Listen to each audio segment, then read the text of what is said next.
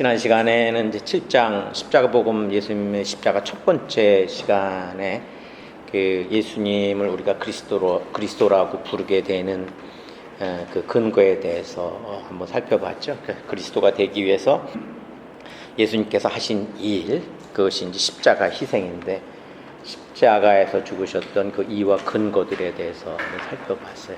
근데 중요한 것은 율법의 요구를 해결하기 위해서 하나님께서 해결책으로 내놓으신 연약하지 않은 육신으로서 예수님이 십자가에 못 박혀 돌아가시게 됐다는 그런 내용들을 살펴봤죠. 자, 그리고 이번 시간에는 이제 거기에 좀 연결되는 거긴 하지만 하나님의 해결책으로 예수님께서 그런 일을 하셨다고 한다고 그러면 그냥 그렇구나라고 우리가 받아들이면 전혀 문제가 없는데, 과연 예수님께서 그러한 하나님의 해결책을 감당할 수 있는 어떤 자격을 가지고 계신지, 우리가 자격이라 그러면 좀 이상하긴 하지만 쉽게 표현을 하면 예수님께서 정말로 하나님의 해결책을 감당할 수 있는 모든 조건을 다 갖추고 계신지를 한번 확인해 보는 것이 우리에게 또 필요할 수 있죠. 그러니까 연약하지 않은 육신이라고 우리가 부를 수 있는 그 근거에 대해서 한번 말씀을 통해서 한번 살펴보려고 그래요. 먼저 빌립보서 2장 5절 8절 말씀 같이 읽겠습니다. 시작. 너희 안에 이 마음을 품으라. 곧 그리스도 예수의 마음이니 그는 근본 하나님의 본체시나 하나님과 동등됨을 취할 것으로 여기지 아니하시고 오히려 자기를 비워 종의 형체를 가지사 사람들과 같이 되셨고 사람의 모양으로 나타나사 자기를 낮추시고 죽기까지 복종하셨으니 곧 십자가에 죽으심이라. 그리고 이제 지난 시간에 살펴본 내용들하고 계속 연결된 내용이니까 내용들은 그 의미들을 파악하는 데는 어려움이 없을 거라고 보고요. 내용 보면은 그는 근본 하나님의 본체시나 그런 이야기가 나오죠. 하나님의 본체시지만 하나님과 동등됨을 취할 것으로 여기지 아니하시고 오히려 자기를 비워 종의 형체를 가져서 사람들과 같이 되었고 그래서 사람의 모양으로 나타나사 이런 내용들이 나오죠. 그리고 마지막에는 십자가에 죽으심이라. 이것이 이제 예수님이 어떠한 하나님의 아들로서 이 세상에 오셨을 때 예수님의 어떤 정체성 그런 것들을 이야기를 해주고 있죠. 근본 하나님의 본체시나라고 하는 것은 본질적으로 하나님과 동등되다라는 의미를 나타내는데, 여기 근본이라는 그 말이 후파르코라고 하는 헬라어 단어로 써져 있는데, 여기 이제 하이포와 아르코라는 단어의 두 가지죠. 아르코는 우리가 태초에라고 하는 그 말, 히브리어로서는 창세기 1장 1절에서 얘기했던 태초에, 또 이제 요한복음에서도 태초에라고 얘기했을 때 거기 쓰여지는 아르케라는 말이죠.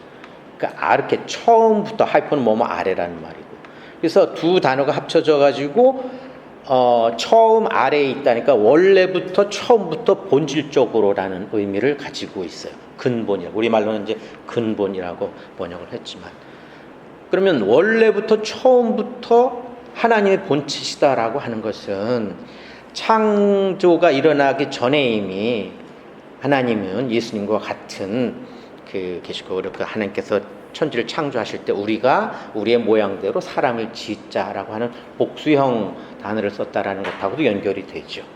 그래서 예수님은 하나님과 동등된 자고 또 주권자이고, 그렇기 때문에 모든 인간을 대신할 수 있는 자격을 갖추신 분이다라고 하는 것을 알 수 있죠. 근본 하나님의 본체라는 말로부터. 예수님께서도 나와 아버지는 하나다라고 그렇게 많이 이야기를 하죠. 자, 그렇게 근본 하나님의 본체시지만 하나님과 동등된 존재이지만 종의 형체를 가졌다라고 하는 게, 종의 형체는 이제 사람, 우리 인간들과 같은 그러한 형체를 가졌고, 그래서 사람의 모양으로 나타났다. 육신을 입고 이 세상에 오셨다라는 의미로 우리가 살펴봤죠. 그래서 우리가 나사렛 예수라고 하는 의미에서 그 육신을 입고 사람의 모양을 입고 오신 그 예수님에 대해서 한번 살펴본 적이 있죠. 근본 하나님의 본체시지만 종의 형체를 가진 자, 그것을 우리가 지난 시간에 연약하지 않은 육신이라는 내용에서 연결시켜서 봤죠. 그러한 예수님이 십자가에서 죽으신 거죠. 그 이유가 율법의 요구를 충족하여서 하나님의 해결책을 이루시기 위해서 십자가에서 죽으신 거죠. 그렇기 때문에 율법의 요구를 충족해서 완성시킨 거고, 그러면 우선 이제 오늘 지금 본 요 그 성경 본문만 가지고도 예수님이 하나님의 해결책을 담당할 수 있는 필요하고도 충분한 조건, 이게 수학에서 나오는 얘기긴 하지만 필요 충분 조건을 충족시키고 있다라는 걸 우리가 알 수 있죠. 그럼 하나님의 해결책을 감당하기 위한 필요 충분 조건인데, 하나님의 해결책이라고 하는 것은 사람들의 죄의 문제였었죠. 그다음에 율법의 요구. 그러니까 그런 것들을 해결해야 되기 때문에 죄의 문제를 완전하게 해결시킬 수 있어야지만 그것이 하나님의 해결책이 되는 거죠. 예수님의 죽으심을 통해서 죄 문제 해결이 완전하게 이루어져야 되는 거고, 그리고 결코 정죄함이 없게 해야 되는 것이 하나님의 해결책이 되는 거죠. 결코 정죄함이 없다라고 하는 것은 인간의 죄 문제를 완전히 해결했기 때문에 더 이상 인간의 죄에 대해서 어떤 문제 제기를 할 수 없게 만들었다라는 것이죠. 그것이 하나님의 해결책이 되기 때문에, 자, 그래서 예수님께서 그러한 일을 감당하실 수 있는 조건에서 하나님의 하나님 본체시지만 종의 형체를 가진 존재다라는 걸 알아볼 수 있죠. 자, 그거에 이제 그 관련된 내용들을 몇 가지 말씀을 통해서 살펴보도록 합니다. 히브리서 4장 14절 15절입니다. 같이 읽겠습니다. 시작. 그러므로 우리에게 큰 대제사장이 계시니 승천하시니 곧 하나님의 아들 예수시라. 우리가 믿는 도리를 굳게 잡을지어다. 우리에게 있는 대제사장은 우리의 연약함을 동정하지 못하실 이가 아니요 모든 일에 우리와 똑같이 시험을 받으신 이로되 죄는 없으시니라. 이것도 지금 예수님이 하나님의 해결책을 담당하는 데 있어서 어떠한 그 자격을 가지고 계신지를 설명해 주고 있는 내용이죠. 하나님의 아들 예수다. 하나님의 아들이신 예수님이, 거기 내용을 보면 인간의 우리의 연약함을 동정하지 못하실 이가 아니다. 그러니까 이 우리의 연약함을 동정할 수 있는 분이다라는 의미가 되겠죠. 우리 연약함이라고 하는 것은 인간의 연약함을 따라서 동정한다는, 같은 고통을 겪는다는 거예요. 인간이 겪어야 할 그 고통, 감정, 죽음, 그런 대가를 동일하게 겪으셨다라는 거죠. 예수님이. 하나님의 아들이 인간이 겪어야 할 대가, 그건 뭡니까? 죄에 대한 대가죠. 율법에 따라서 인간이 겪어야 할 그 죄에 대한 대가를 예수님께서 같이 동일하게 겪으셨다는 거예요. 동정하다라는 말은 동일한 감정과 느낌을 갖는다라는 뜻을 나타내요. 헬라 단어가 동일하다는 의미예요. 그래서 이제 우리말로는 동정하다 그렇게 얘기를 했죠. 그렇기 때문에 예수님께서 그런 일을 했기 때문에 인간의 연약함을 담당할 수 있는 자격을 가지고 계신 거죠. 우리가 사실은 율법의 요구에 따라서 우리가 죽어야 되는 그 모든 고통과 감정과 죽음을 예수님이 대신해서 하셨는데, 우리가 똑같은 그러한 우리가 해야 될 똑같은 자격을 가지고 계시지만 죄가 없으시기 때문에 우리 죄를 대신할 수 있는 그러한 자격을 갖추게 된 그런 내용과 연결이 되죠. 육신을 입고 계시기 때문에 그렇죠. 앞에 살펴본 것처럼 종의 형체를 가졌기 때문에 그렇죠.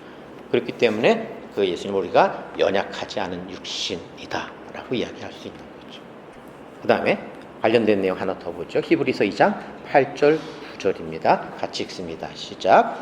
만물을 그 발 아래 복종하게 하셨느니라 하였으니 만물로 그에게 복종하게 하셨은즉 복종하지 않은 것이 하나도 없어야 하겠으나 지금 우리가 만물이 아직 그에게 복종하고 있는 것을 보지 못하고 오직 우리가 천사들보다 잠시 동안 못하게 하심을 입은 자 곧 죽음의 고난 받으심으로 말미암아 영광과 존귀로 관을 쓰신 예수를 보니 이를 행하심은 하나님의 은혜로 말미암아 모든 사람을 위하여 죽음을 맛보려 하심이라. 자, 지금 우리가 보고 있는 거는 예수님이 하나님의 해결책을 감당할 수 있는 그러한 자격을 가지고 계신지를 이제 살펴보고 있는 거예요. 자, 만물을 그 발 아래 복종하게 하셨느니라. 하나님께서 그렇게 하셨다는 거죠. 예수님을 통해서 만물로 그에게 복종하게 하셨다. 만물이 그에게 복종하기 때문에 만물을 다스리고 대신할 수 있는 자격을 가지셨다라는 이야기를 해주고 있는 거죠. 모든 인간을 대신할 수 있는 자격을 가지셨는데, 그 구절에 보면 그러한 예수님이 모든 사람을 위하여 죽음을 맛보고자 하셨다. 십자가의 죽으심으로 인해서 모든 사람을 위해서 대신 죽음을 맞이했다라는 의미로 보면 되죠. 그렇기 때문에 모든 인간의 죄 문제를 해결할 수 있는 근거가 된다라는 거죠. 만물을 복종하게 하실 수 있는, 만물을 다스릴 수 있는 자이기 때문에 만물 안에 들어있는 우리 모든 인간들의 죄를 대신할 수 있는 자격이 있고, 그래서 그러한 자격을 가지고 죽으셨기 때문에 죄 문제를 해결할 수 있는 온전한 조건을 가지고 계신다는 거죠. 하나 더 보죠. 디모데전서 2장 5절 6절입니다. 같이 읽습니다. 시작. 하나님은 한 분이시요 또 하나님과 사람 사이에 중보자도 한 분이시니 곧 사람이신 그리스도 예수라. 그가 모든 사람을 위하여 자기를 대성물로 주셨으니 기하게 이르러 주신 증거니라. 자, 하나님은 한 분이신데 하나님과 사람 사이에 중보자도 한 분이다. 이 하나님과 사람 사이의 중보자도 한 분이다라고 이야기를 하면서 앞에다가 전제 조건이 하나님은 한 분이시오라고 이야기를 했어요. 하나님이 한 분이신데 하나님과 동등된 그 예수 그리스도가 하나님과 사람 사이의 중보자로 계셨기 때문에 그 중보자로 하실 수 있는 존재도 오직 한 분밖에 존재할 수 없다라는 것을 강조하고 있죠. 하나님은 한 분이시기 때문에. 그런데 그 중보자가 바로 사람이신 그리스도 예수라.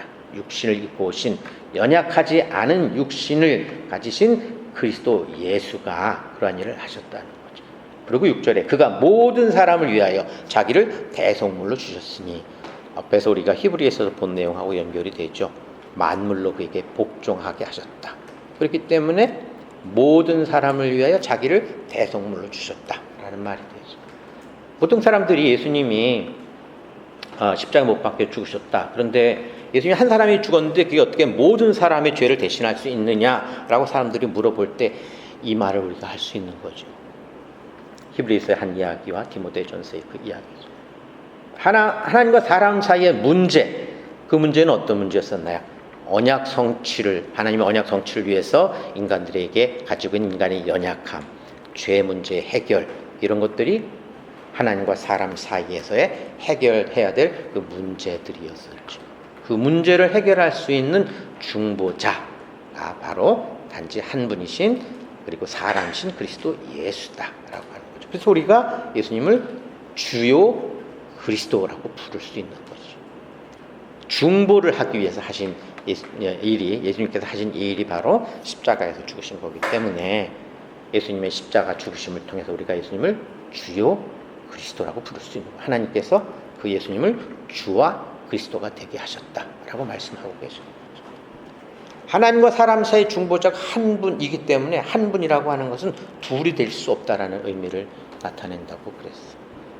성경에서는 우리에게 다른 이름을 주신 일이 없다라고 하죠. 한 분이면 그 한 분으로서 모든 것이 다 만족되고 또 다른 그러한 중보자가 있을 수 없기 때문에 하나님은 한 분이시고 중보자도 한 분이시기 때문에 다른 이름을 주신 일이 없기 때문에 구원 얻을 유일한 길, 그것도 오직 한 길밖에 없는 거예요. 구원 얻는 길은 하나님의 해결책을 감당할 자격을 갖춘 유일한 존재, 유일하다는 게 하나밖에 없는 그런 의미를 갖는 존재가 바로 예수 그리스도다. 그래서 예수님께서 내가 곧 길이요 진리요 생명이다 라고 이야기하실 수 있는 거죠. 예수님께서 내가 곧 길이요 진리요 생명이라고 이야기하셨으면 우리가 그 말씀을 받아들일 때도 길이고 진리고 생명을 얻을 수 있는 그 길은 오직 예수 그리스도를 통해서밖에는 가능하지 않다라고 하는 것을 이제 우리가 기억할 수 있게 되는 거죠. 그것이 이제 예수님께서 하나님의 해결책을 감당하기 위해서 십자가에 못 박혀 죽으셨는데, 예수님의 십자가 죽으심이 실제로 하나님의 해결책을 감당할 수 있는 모든 필요 충분 조건들을 다 갖추고 있다라는 것을 말씀을 통해서 우리가 확인해 볼 수 있죠. 자, 그러면 이제 그러한 그 자격을 갖춘 예수님께서 십자가에서 죽으셨고, 십자가의 죽으심을 통해서 나타나는 그 결과와 그 의미들을 우리가 한번 더 살펴보려고 해요. 물론 이제 그동안에 계속 말씀을 통해서 여러분들이 확인하고 계시고 또 그동안에 여러분들이 알고 있는 그런 내용들이 계속 조금씩 반복되기는 해요. 그러나 그런 것들을 우리가 한번 더 복습하고 확인하는 그래서 우리 마음속에 더 새길 수 있는 그런 시간이 되었으면 좋겠어요. 자, 예수님이 십자가 죽으심의 결과는 하나님의 뜻을 이룬 것과 같아야 되지요. 왜냐하면 예수님이 이 땅에 오셔서 십자가에서 죽으신 것은 하나님께서 하나님의 뜻을 이루시기 위해서 그렇게 하셨으니까. 예수님 십자가 죽으심의 결과는 하나님의 뜻을 이룬 것과 같아야 되는 거죠. 그런데 계속해서 우리가 살펴보고 있는 것처럼 하나님의 뜻은 예수 그리스도를 통해서 이루시고자 하는 하나님의 뜻 안에는 간절한 바램과 또 의지와 그런 것이 들어있다고 그랬죠. 그것은 세상 구원과 예수 그리스도를 통한 세상 구원과 하나님 나라의 완성, 그 두 가지를 우리가 크게 이렇게 볼 수 있는 거죠. 인간의 죄의 문제를 해결해서 세상을 구원하는 문제, 그리고 구원하신 자들을 하나님의 자녀로, 하나님의 백성으로 삼아서 하나님 나라를 완성하는 그 두 가지 문제, 두 가지가 예수님의 십자가 죽으심의 결과로 이루어져야 되는 것들이죠. 그런 것들을 한번 살펴보도록 하겠습니다. 첫 번째, 예수님의 십자가 죽으심의 결과 첫 번째 내용은 히브리서 10장 7절에서 14절까지 같이 한번 읽어보겠습니다. 시작. 이에 내가 말하기를 하나님 보시옵소서, 두루마리 책에 나를 가리켜 기록한 것과 같이 하나님의 뜻을 행하러 왔나이다 하시니라. 위에 말씀하시기를 제사와 예물과 전체로 번제함과 속죄제는 원치도 아니하고 기뻐하지도 아니하신다 하셨고, 이는 다 율법을 따라 드리는 것이라. 그 후에 말씀하시기를 보시옵소서, 내가 하나님의 뜻을 행하러 왔나이다 하셨으니 그 첫 것을 폐하심은 둘째 것을 세우려 하심이니라. 이 뜻을 쫓아 예수 그리스도의 몸을 단번에 들이심으로 말미암아 우리가 거룩함을 얻었노라. 제사장마다 매일 서서 섬기며 자주 같은 제사를 드리되 이 제사는 언제나 죄를 없게 하지 못하거니와 오직 그리스도는 죄를 위하여 한 영원한 제사를 드리시고 하나님 우편에 앉으사 그가 거룩하게 된 자들을 한 번의 제사로 영원히 온전하게 하셨느니라. 자, 여기 보면은 여러 가지 중요한 내용들이 많이 나오고 있는데 중심된 내용은 인간의 죄 문제를 해결하는 것, 그것이 이제 하나님의 뜻이었고, 그걸 통해서 죄사함을 받은 자들을 거룩하게 하는 그런 내용을 우리가 볼 수 있죠. 7절에 예수님께서 말씀하십니다. 하나님의 뜻을 행하러 왔다라고 그랬죠. 예수님은 하나님의 뜻을 행하러 왔다. 그런데 9절에 보면 하나님의 뜻을 행하러 왔나이다 하셨으니 하고 그 뒤에 연결된 내용이 첫 것을 폐하시면 둘째 것을 세우려 하심이라. 다시 말하면 하나님의 뜻을 행하는 것은 첫 것은 폐하고 둘째 것을 세우는 것이 하나님의 뜻 안에 들어간다라는 거죠. 그리고 10절에 이 뜻을 쫓아서 이렇게 하면서 예수님이 몸을 단순히 들이시며 쭉 이야기를 하고 있어요. 자, 예수님께서 하나님 뜻을 행하러 왔는데 하나님의 뜻은 첫 것을 폐하고 둘째 것을 세우는 건데, 첫 것은 율법을 이야기를 하죠. 그래서 율법에 대해서 제사, 예물, 전체로 번제 드리고 속죄제 한 이런 것들이 다 율법이죠. 그런 것들을 폐하려고 왔다고요. 매일 서서 섬기며 자주 같은 제사를 드리는 것, 이것이 율법이죠. 그리고 그것은 죄를 없게 하지 못하는 것이죠. 율법은, 하나님께서 우리에게 율법을 주신 것은 율법을 통해서 우리의 죄 문제를 완전히 해결하라고 주신 것이 아니라는 것을 우리가 알게 되죠. 율법을 통해서 우리가 죄를 완전히 해결할 수 없다라는 것을 깨달으라고 오히려 율법을 주셨다라고 이야기할 수 있는 거죠. 근데 그러면 이제는 그 그렇죠. 율법을 따라서 하나님의 해결책을 온전히 이루기 위해서 예수님이 오셨는데, 예수님이 오셨는데도 아직도 그 첫 번째 그 율법을 완전히 해결하지 못하면 예수님이 이 세상에 오셔서 하신 이 일의 결과가 아무 의미가 없게 되는 거기 때문에, 예수님이 오심으로 인해서 첫 율법의 문제를 완전하게 해결하게 되면 첫 것은 폐해지는 거죠. 첫 것이 폐해지게 되면 이제는 더 이상 율법에 저촉되지 않는 상태가 되는 거기 때문에 율법에서 벗어나게 되는 거죠. 그러면 율법에 벗어났으면 그 다음에 이제 세워지게 된 것이 둘째 것이라고 이야기를 하고 있죠. 둘째 것을 본문에서는 그리스도의 몸을 단번에 드리시는 그러한 제사를 드렸다라고 이야기를 하죠. 죄를 위한 영원한 제사를 드렸다고 그래요. 그것은 하나님의 뜻을 쫓아서 그렇게 하신 거예요. 죄를 위한 영원한 제사고 그리고 한 죄를 위하여 한 영원한 제사를, 하나의 영원한 제사. 하나의 영원한 제사라고 하는 건 한 번 드린 그 제사가 영원한 제사가 된다는 의미죠. 한 번의 제사로 영원히 그 효과를 나타내게 된다는 거예요. 똑같이 또 제사를 드릴 필요가 없는 거죠. 예수님이 한 번 와서 십자가에 못 박혀 죽으셨으면 그것으로 모든 것이 다 해결되는 것. 그것이 한 영원한 제사가 되는 거예요. 모든 것을 해결된다라고 하는 것은 죄 문제가 완전하게 해결된다라는 거예요. 예수님의 십자가 죽으심, 한 번 죽으신 그 죽으심으로 인해서 모든 문제를 다 해결된다라는 거예요. 그래서 죄를 위한 영원한 제사라고 그랬어요. 또 다른 제사를 드릴 필요가 없다는 거예요. 영원토록. 왜? 예수님이 십자가를 통해서 드린 그 제사가 완전하고 영원히 그 효과를 나타내기 때문에 또 그러한 제사를 드릴 필요가 없는 거죠. 그것이 바로 첫 것을 폐하는 거고 둘째 것을 세우는 거예요. 예수님이 오셔서 십자가 못 박혀 죽으셨는데 그게 어느 때까지 해결되고 그 다음에 다시 또 해결돼야 되면 예수님과 같은 존재가 와서 또 한 번 또 죽으셔야 되는데 그럴 필요가 없는 거죠. 첫 것을 완전히 폐했고 그리고 둘째 것을 온전하게 세우셨기 때문에. 그래서 그 사실을 믿는 자를 거룩하게 한다. 어떻게? 영원히 거룩하게 된다는 그 사실을 믿는 자. 그것이 예수님의 십자가 죽으심의 결과로 나타난 내용들이죠. 십자가 죽으심의 결과 두 번째, 로마서 8장 1절에서 6절입니다. 이것도 같이 한번 읽어보죠. 시작.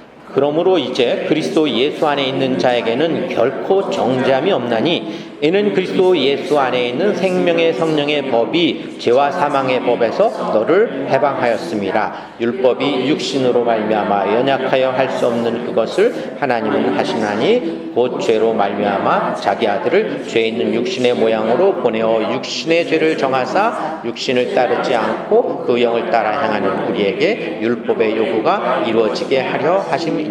육신을 따르는 자는 육신의 일을, 영을 따르는 자는 영의 일을 생각하나니 육신의 생각은 사망이요 영의 생각은 생명과 평안이니라.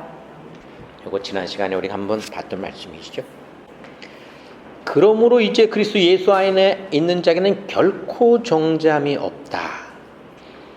하나님은 우리 인간들의 죄로 말미암아서 자기 아들을 죄 있는 육신의 모양으로 보내서 육신의 죄를 정해서 십자가에 죽게 하신 것.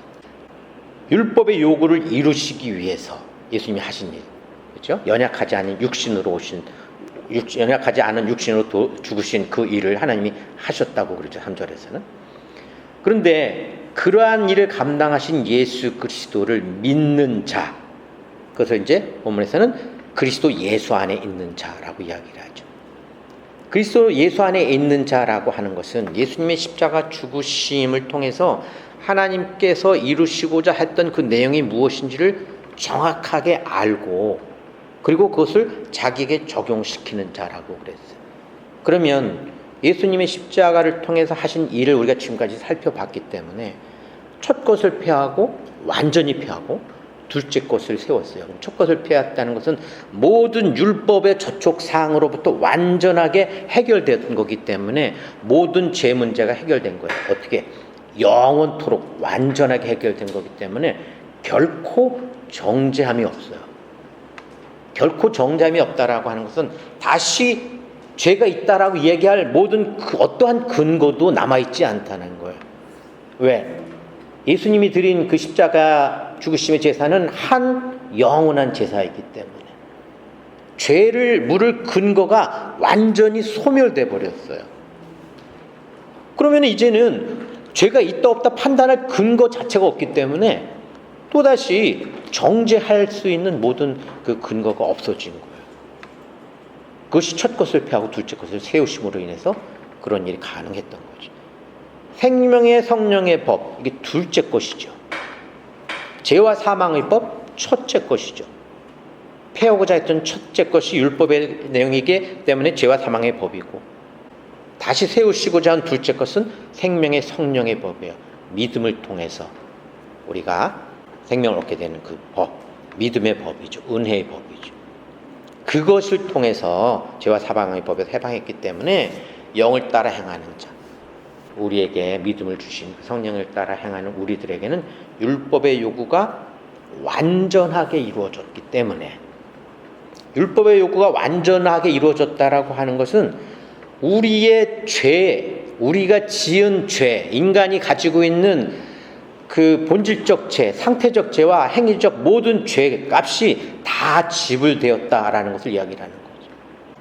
그러면 우리가 과거에 지었던 죄, 지금 지을 때 앞으로 또 지을지도 모르는 그런 모든 죄까지도 다 죄값이 지불되었다라는 거예요. 왜? 한 영원한 제사이기 때문에. 그러면 우리가 헌법 용어로 일사부재리 원칙이라는 것이 있어요. 한번 죄를 지어서 그 죄에 대해서 처벌을 받으면 그 죄에 대해서는 다시 또 죄를 묻지 않거든요. 이게 이제 일사부재리 원칙인데, 우리의 모든 죄를 예수님이 다 담당하시고 십자가에서 죽으셔서 모든 죄값을 다 지불했기 때문에 이제 우리에게는 죄가 남아있질 않아요. 왜? 죄값을 모두 다 지불했기 때문에. 그래서 절대로 정죄함이 없게 되는 거죠. 그리스도 예수 안에 있는 자는 예수 그리스도의 존재, 정체성, 그리고 하나님의 해결책을 담당하기 위한 자격, 그런 내용들을 우리가 지금 살펴보고 있는 대로 그런 것들을 정확하게 알고 이해해야 되고, 그리고 내가 예수 그리스도의 권세 아래에 있다라는 것을 인정하고 믿는 자, 만물을 그 발 아래에 두게 하셨기 때문에. 예수 그리스도의 십자가 죽음의 이유, 왜 죽으셨는지 우리가 계속해서 반복해서 살펴보고 있는 그 이유, 그 의미를 알고 그것이 나에게 적용됐다라는 사실을 인정하는 거예요. 그게 나에게 적용되지 않으면 아무 상관이 없어요. 그건 다른 사람 이야기예요. 십자가의 죽으심, 예수님의 십자가, 하나님의 아들, 그런 것이 나하고 아무 상관없는 거예요. 나한테 적용되지 않으면. 예수님의 십자가가 내가 져야 될 십자가를 졌다라는 그 사실이 나에게 그게 적용되지 않으면 그건 아무 상관도 없는 거예요. 그래서 육신을 따르지 않고 영을 따라 행하는 자, 믿음을 가진 자, 그러한 자가 그리스도 예수 안에 있는 자죠. 그런 자에게는 율법의 요구가 완전하게 이루어졌어요. 완전하게 이루어졌고 율법의 기준에 정확하게 부합되게 이루어졌어요. 하나님께서 율법을 세워주셨고 그 율법의 요구에 맞는, 정확하게 맞는, 부합되는 그러한 존재로 예수 그리스도를 육신을 입고 이 땅에 오셔서 또 모든 만물을 대신할 수 있는 권세를 가지게 하시고 실제로 십자가에 못 박혀 죽게 하셨기 때문에, 그래서 죄값이 완전히 치러졌고 죄를 물을 근거가 완전히 소멸됐다. 죄와 사망의 법에서 완전히 해방되었기 때문에 이제는 우리에겐 죄가 남아있지 않은, 우리는 온전한 의의 상태가 됐다라는 거죠. 그것을 성경에서 우리가 거룩하다라고 이야기를 하죠. 결코 정죄함이 없다. 결코 정죄함이 없다라는 건 우리에게 어떠한 죄를 물을 근거도 없는 거기 때문에 죄로 인해서 어떠한 존재도 우리를 트집 잡지 못한다는 거예요. 우리에게 있는 어떠한 상태나 어떤 행위를 통해서도 우리에게 죄가 있다라고 트집을 잡을 근거가 없다라는 거예요. 결코 정죄함이 없다라는 거예요. 그럼 언제까지? 그리고 어디까지? 언제까지예요? 영원한 제사예요. 영원한 제사. 예수님의 십자가는 한 영원한 제사예요. 어디까지? 하나님의 아들로서 십자가를 지셨어요. 그 시간과 범위에 제한이 없어요. 그리스도 안에, 그리스도 예수 안에 있는 자에게는, 그리스도 예수 안에 있는 자는 예수 그리스도 십자가 그것이 어떤 의미인지를 알고 자기에게 적용시키고 그것을 인정하는 자이기 때문에 성경에서 이야기하는 이 내용을 우리가 다 나에게 받아들이고 적용시킬 수 있어요. 왜? 그게 우리의 믿음이기 때문에. 그러한 믿음을 가지라고 성경을 기록하시고 우리에게 읽게 하시고 우리 같이 이렇게 성경을 살펴보게 하시는 거기 때문에 영원한 제사. 근데 이제 간혹 우리가 기도하는 분들의 내용을 들어볼 때 조금 그렇다라고 여겨지는 그런 내용도 있죠. 이 내용은 뺄까 하다가 또 그래도 좀 필요할 수도 있겠다 싶어서 넣었는데, 그러니까 뭐 누구라고 이렇게 지칭할 필요는 없지만 교회에서 기도할 때 보면 많은 부분 기도할 때마다 지난 일주일 동안 우리가 지었던 죄를 하나하나 다 열거를 하고 용서해 주십시오. 우리가 이렇게 연약하고 부족합니다. 용서해 주십시오. 눈물을 흘리면서 회개 기도를 하고 그렇게 하는 경우가 많죠. 굉장히 잘하고 좋은 것처럼 보일 수 있지만 본질적으로는 사실 우리가 살펴본 오늘 말씀하고는 좀 다른 거예요. 과거 일주일 동안 지내온 걸 우리 삶을 보면 잘못한 거 많죠. 우리가 하나님 말씀 살지 못한 것들 많아요. 그리고 보통 이제 목사님들이 얘기할 때 뭐 자범죄, 뭐 원죄, 뭐 그런 얘기를 많이 하죠. 뭐 자범죄라고 그렇게 얘기를 할 수도 있어요. 그런 걸 가지고 죄를 열거하면서 용서해 주세요 이렇게 하죠. 하나님은 결코 정죄함이 없다 그랬는데 거기에 시간과 대상에 대한 범위를 두지 않으셨어요. 완전하게 했다고 그랬어요. 우리가 지은 죄는 하나님 말씀에 온전하게 따르지 못한 연약함과 부족함이지 그것을 우리가 사망에 이르게 하는 그런 죄는 아니에요. 성경에서 이야기하는 거는 우리가 하나님 앞에서 돌아보고 우리가 연약합니다. 우리가 부족합니다. 우리 연약함과 부족함을 하나님께서 보시고 우리를 도와주시옵소서. 똑같이 그러한 죄를 짓지 않도록 그러한 잘못을 범하지 않도록 우리를 도와주십시오라고 하나님께 기도하는 건 맞아요. 근데 그것을 통해서 우리 회개해야 되고 용서해 주세요. 용서해 달라는 건 우리가 아직도 용서받지 못한 게 있다라는 거잖아요. 근데 성경에서는 모든 걸 다 용서하고 모든 걸 다 해결했고 결코 정죄함이 없다 그러는데 아직도 우리는 죄인이에요. 나는 지금 용서받아야 될 게 남아있어라고 얘기를 하고 있다고요. 성경에서 얘기하는 거하고는 조금 다르죠. 요거에 대한 내용은 우리가 8장에서 조금 더 다룰 거예요. 왜 우리가 그런 생각을 가지고 왜 그러한 일들이 일어날 수 있는지에 대해서는 8장에서 한 번 더 다룰 거예요. 그렇지만 오늘 얘기하는 거는 우리가 기도할 때에도 어떠한 그런 말씀에 따른 말씀에 근거한 그런 기도를 하는 게 필요할 수도 있다. 그런 얘기를 말씀드리고 싶어요. 예수님 십자가는 한 번으로 영원한 제사를 드린 거예요.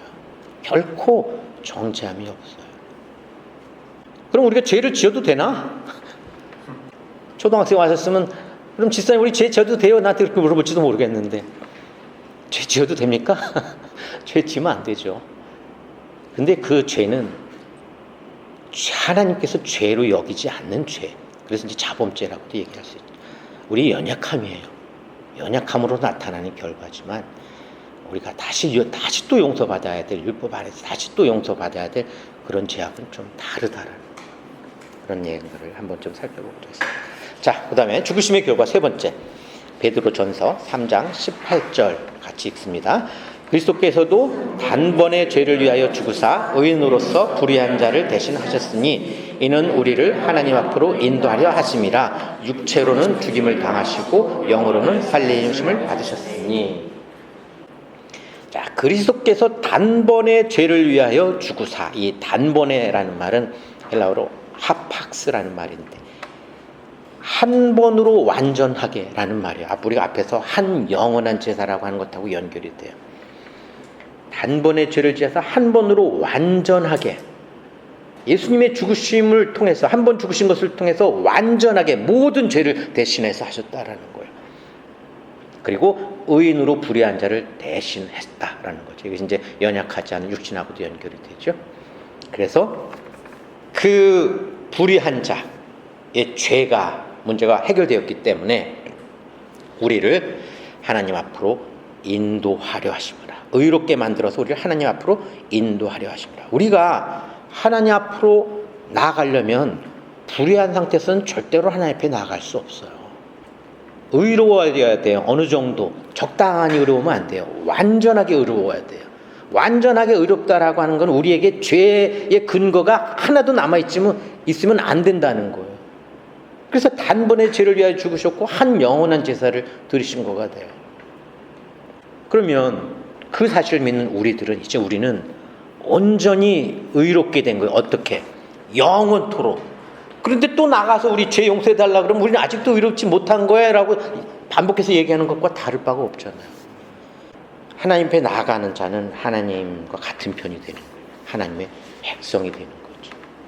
하나님의 자녀가 되는 거예요. 자, 죽으심의 결과 네 번째 로마서 5장 9절 10절입니다. 같이 한번 읽습니다. 시작. 그러면 이제 우리가 그의 피로 말미암아 의롭다 하심을 받았으니 더욱 그로 말미암아 진노하심에서 구원을 받을 것이니 곧 우리가 원수 되었을 때에 그의 아들의 죽으심으로 말미암아 하나님과 화목하게 되었은즉 화목하게 된 자로서는 더욱 그의 살아나심으로 말미암아 구원을 받을 것이니라. 자, 그의 피로 말미암아 의롭다 하심을 받았으니 지금 우리 계속 반복되는 이야기죠. 예수 그리스도의 십자가를 통해서 의롭다 하심을 받았다. 그러니까 우리가 완전히 의로운 상태가 되게 하나님께서 만들어 주셨다라는 거죠. 그런데 10절을 보면 원수 되었을 때에 그 아들의 죽으심으로 말미암아 하나님과 화목하게 되었다라고 그래요. 그리고 하나님과 화목하기 전에는 우리가 하나님과 원수 되었던 상태, 원수의 상태에 있었는데 예수 그리스도의 십자가 죽으심을 통해서 우리가 화목하게 됐다라는 것은 원수 되었던 것의 반대편으로 갔다라는 거잖아요. 그래서 이 화목하다라는 말이 헬라어로 카탈라소라는 단어를 쓰는데 이게 카타라는 말과 알라소라는 두 개의 단어예요. 카타는 완성을 의미하고 알라소는 체인지, 변화라는 말이에요. 완전하게 바뀌었다라는 의미예요. 완전하게 바뀌었는데 어떻게 바뀐 거예요? 그러면 원수 되었을 때 화목하게 되었기 때문에 원수의 반대, 완전한 반대, 친구 관계. 하나님과 적대 관계였다가 하나님과 친구 관계, 하나님 앞에 나아갈 수 있는 하나님과 같은 편이 됐다라는 거죠. 예수님의 죽으심으로 말미암아서. 그래서 우리가 하나님과 같은 편, 하나님의 백성이 되고 하나님의 자녀가 되고 그래서 이렇게 됨으로 인해서 어떻게 되는 거예요? 하나님 나라가 완성되는 거죠. 세상을 구원하고 하나님 나라를 완성하는 것이 하나님의 뜻이었었죠.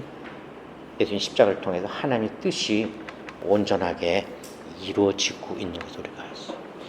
화목하게 되다라는 이 말이 문법적으로 부정, 과거, 수동태. 수동태니까 우리가 스스로 화목하게 되는 게 아니라 우리를 화목하게 만들었다라는 거예요.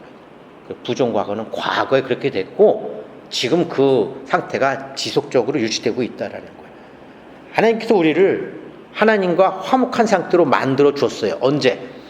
2000년 전에 예수님께서 십자가에 못 박혀 죽으시고 부활하셨을 때 이미 그 일이 완성되었고 지금 그 사실을 믿는 우리들에게 지금 이미 그러한 상태가 되어져 있어서 우리는 하나님 앞에 담대하게 나아갈 수 있고 하나님을 아버지라고 부를 수 있다. 의롭지 않은 자는 하나님을 아버지라고 부를 수 없어요. 의롭지 않은 자가 하나님을 아버지라고 부르면 그것도 하나님을 모독하는 죄가 되죠. 예수님이 나와 아버지는 하나다라고 얘기했을 때 유대인들이 예수님을 그는 하나님을 모독하는 거다 하고 십자가에 못 박은 것처럼 본질적으로 같은 내용이죠.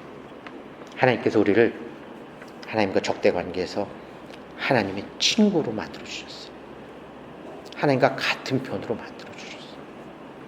죽으심의 결과 다섯 번째 요한복음 3장 17절, 18절, 35, 36절입니다. 같이 읽습니다. 시작. 하나님이 그 아들을 세상에 보내신 것은 세상을 심판하려 하심이 아니요 그로 말미암아 세상이 구원을 받게 하려 하심이라. 그를 믿는 자는 심판을 받지 아니하는 것이요 믿지 아니하는 자는 하나님의 독생자의 이름을 믿지 아니하므로 벌써 심판을 받은 것이니라. 35절. 아버지께서 아들을 사랑하사 만물을 다 그의 손에 주셨으니 아들을 믿는 자에게는 영생이 있고 아들에게 순종하지 아니하는 자는 영생을 보지 못하고 도리어 하나님의 진노가 그 위에 머물러 있느니라. 하나님이 아들을 예수 그리스도를 세상에 보내신 것은 세상을 심판하려고 한 게 아니고 그로 말미암아 세상이 구원을 받게 하려고 세상에 보내셨다라고 그래요. 그러면 여기에 이제 심판과 구원이라고 하는 게 나오죠. 그런데 그 심판과 구원의 그 안에 핵심에 예수 그리스도가 이렇게 거기 포지션을 두고 있다라는 거죠. 구원과 심판의 판단과 기준이 예수 그리스도에게 주어져 있다라는 것을 이야기를 하죠. 기준은 예수 그리스도를 믿느냐 믿지 않느냐가 기준이에요. 그에 대한 판단은 믿는 자는 구원을 받는 거고 믿지 않는 거는 심판을 받는 거죠. 그런데 본문에서는 그를 믿는 자는 심판을 받지 않는 거고 믿지 아니하는 자는 벌써 심판을 받은 거라고 그래요. 여기서 심판이라는 말은 크리노라는 헬라어 단어를 쓰는데 이거는 영어로 이제 저지라고 그래요. 그러니까 판사가 이렇게 재판 결과를 탁 내리는 거를 이제 여기서 심판하다라는 말로 썼어요. 그 결정한다라는 거예요. 옳고 그름을 결정한다라는 거예요. 그것이 이제 심판이에요. 또 분리한다라는 말도 있어요. 이쪽과 저쪽을 서로 분리한다는 말도 있어요.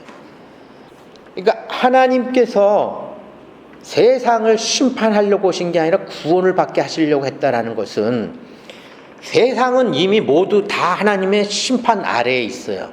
하나님의 기준에 봤을 때 모든 세상은 다 심판 받은 상태에 있어. 이 심판이 부정적인 의미로 쓰여졌을 때는 어떤 판결과 그에 따른 징벌까지도 연결이 되기 때문에 부정적인 의미에서 심판은 그런 의미로 우리가 받아들일 수 있어요.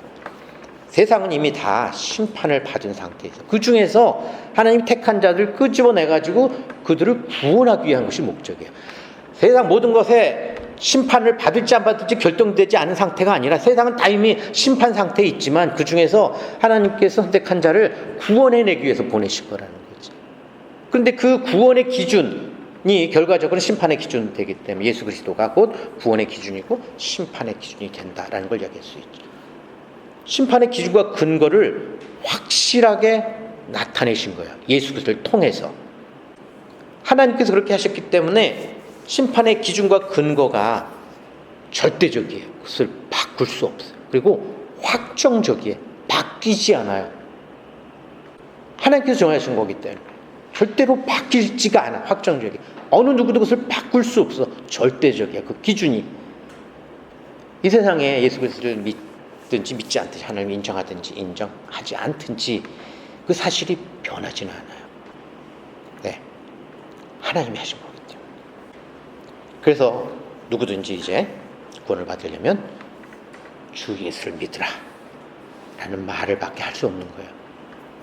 왜? 그것만이 생명을 얻을 수 있는 유일한 길이기 때문에. 정리해보면 예수님의 십자가 희생과 부활로 인해서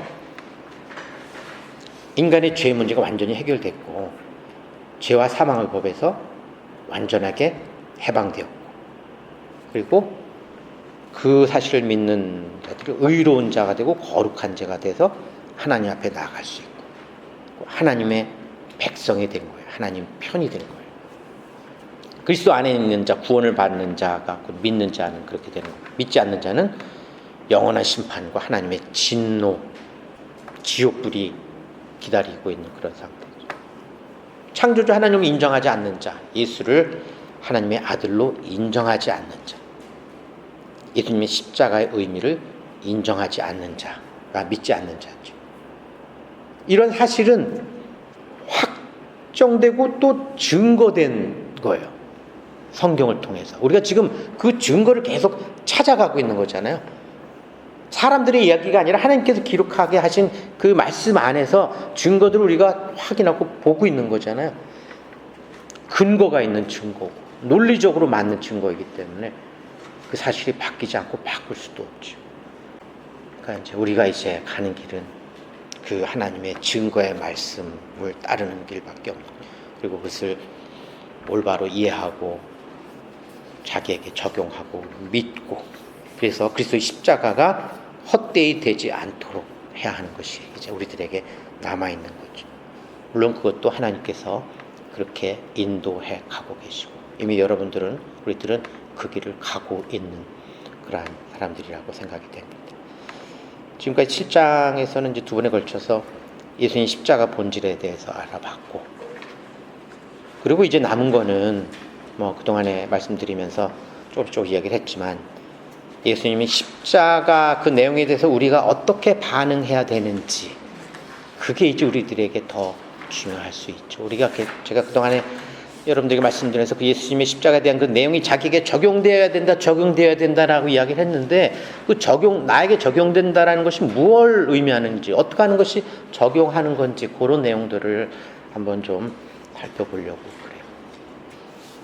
그래서 오늘 말씀은 여기까지 정리하도록 하겠습니다.